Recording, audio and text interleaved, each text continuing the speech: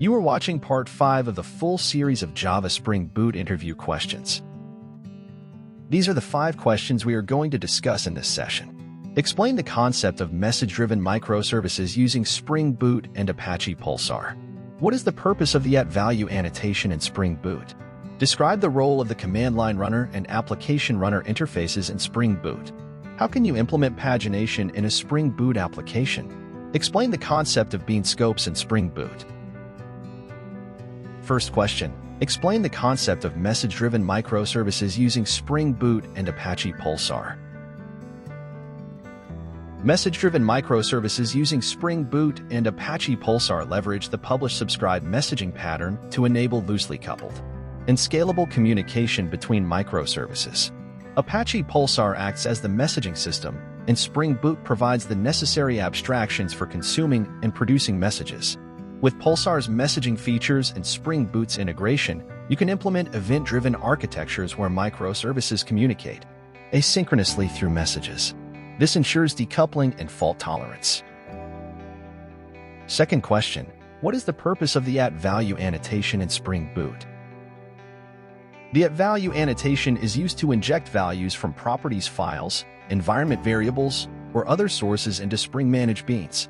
It can be applied to fields, methods, or constructor parameters. With @value, developers can easily access and use configuration properties or other values within their application code. The values can be specified directly or referenced using SPEL, Spring Expression Language, expressions. Third question. Describe the role of the CommandLineRunner and ApplicationRunner interfaces in Spring Boot.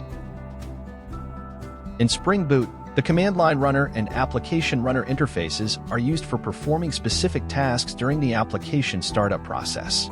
When implemented, these interfaces provide a callback method, run, that gets executed once the application context is initialized. They are particularly useful for performing tasks like data initialization, cache population, or other one-time setup operations.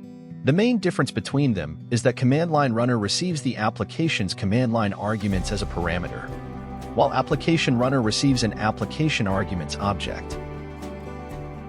Next question. How can you implement pagination in a Spring Boot application? To implement pagination in a Spring Boot application, you can utilize features provided by libraries like Spring Data JPA or Spring Data MongoDB.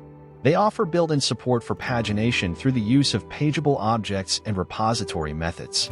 You can retrieve a subset of data from a larger dataset by specifying the page number, page size, and sort criteria.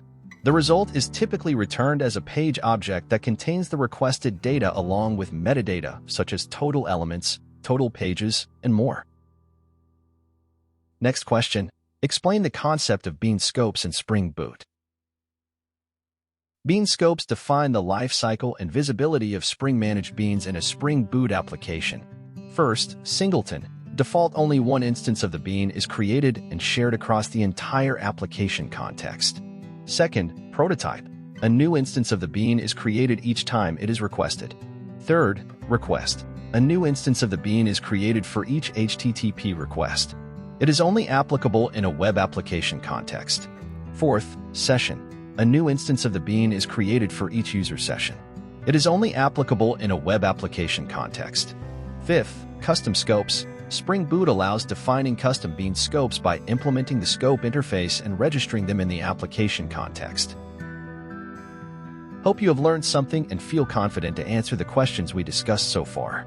Here's the list of questions that will be discussed in the next session. Please check out our playlist for more questions and subscribe our channel for updates and notifications. Good luck for your upcoming interviews.